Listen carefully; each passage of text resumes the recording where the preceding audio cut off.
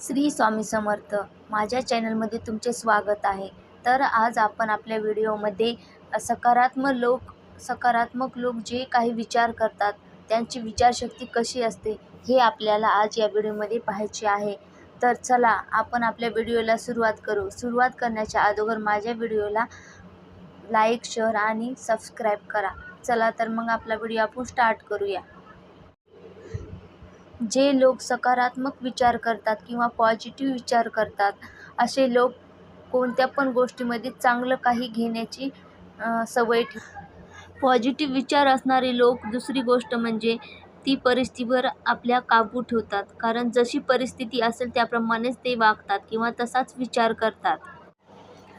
Positive विचार करणारे लोक हे समजतात की आपल्याला हे काम करायचं आहे आणि यामध्ये आपण नक्की सफल हो. आणि पॉझिटिव्ह विचार करणारे लोक हे समजतात की आपण ह्या गोष्टीमध्ये काम करू शकतो, आपण यामध्ये नक्कीच यशस्वी होऊ शकतो आणि आपण हे व्हायलाच हवं. हे सगळं डोक्यात धरून ते काम करतात, म्हणूनच ते आपल्या कामात यशस्वी होतात आणि पुढे जातात. सकारात्मक लोक विचार करणारे हे नेहमी यशस्वी होतात.